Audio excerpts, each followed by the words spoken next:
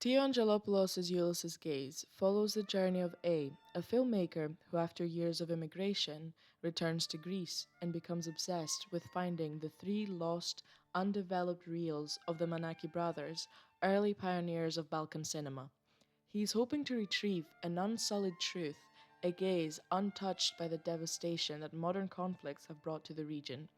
He travels from Greece through Albania, Macedonia, Romania, Bulgaria, and Serbia, arriving in Bosnia, where he locates the film archivist who has the reels.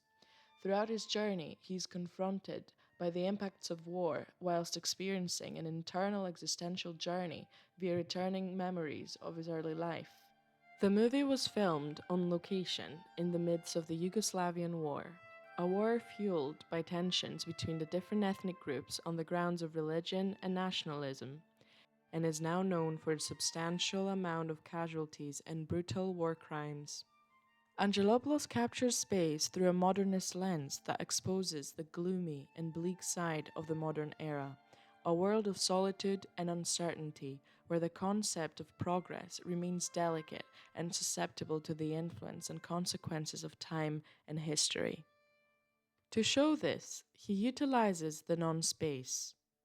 Mark Ogg defines the non space as an organic sociality rooted in space and time, which arises where transit points and temporary abodes are proliferating, a world thus surrendered to solitary individuality, to the fleeting, the temporary, and ephemeral.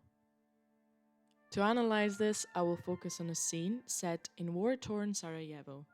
After the reels are left to develop, A and the archivist's family take a stroll through the city to celebrate amongst other locals the heavy fog that creates a sense of ceasefire by limiting visibility for snipers. The non-space is gradually created through the use of fog as they approach the river and their surroundings become less and less visible. Within the setting, the scene escalates when the family is met by soldiers who eventually kill them all, apart from A, who was advised to wait a few meters away and stay invisible as the archivist tries to negotiate with the soldiers, but fails. The ambiguity of space is a tool Angelopoulos uses to convey the uncertain experience of modernity. As he stated in an interview, in a modern world where everything has been turned upside down, everything appears muddled and murky in the mist. The following sequence from an earlier point of the film establishes the significance of the fog in a city under occupation. In this city, the fog is man's best friend. Does it sound strange? It's because it's the only time the city gets back to normal, almost like it used to be.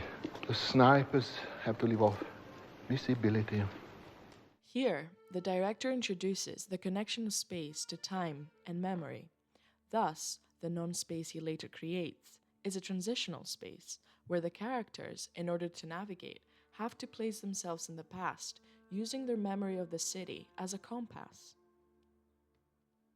The dramatic turn of the plot explores what Roberts refers to as the condition of both the modern era and the postmodern era, that Chambers describes as a dwelling in language, histories, and identities that are constantly subject to mutation. The perception of the city as a safe space that returns within this misty non-space is disrupted by the effects of war. The spatial composition of the scene is enhanced by camera movements in the arrangement of actors. A continuous shot that provides a peripheral glimpse into A's surroundings establishes the significance of distance in his detachment from the action.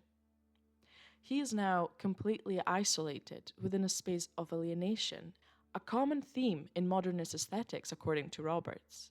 This is also Ogg's concept of solitary individuality, which we mentioned earlier. This scene is a turning point from hope to despair. The gaze of a different time that A so desperately needed is now irretrievable following the death of the archivist.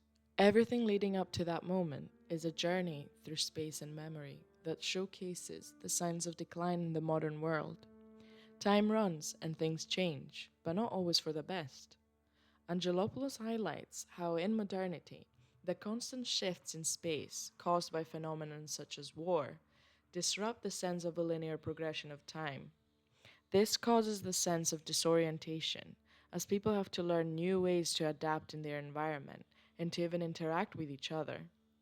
The quality of progress is thus very subjective to the experience of the individual, as determined by consequence in those places where the past and present intertwine.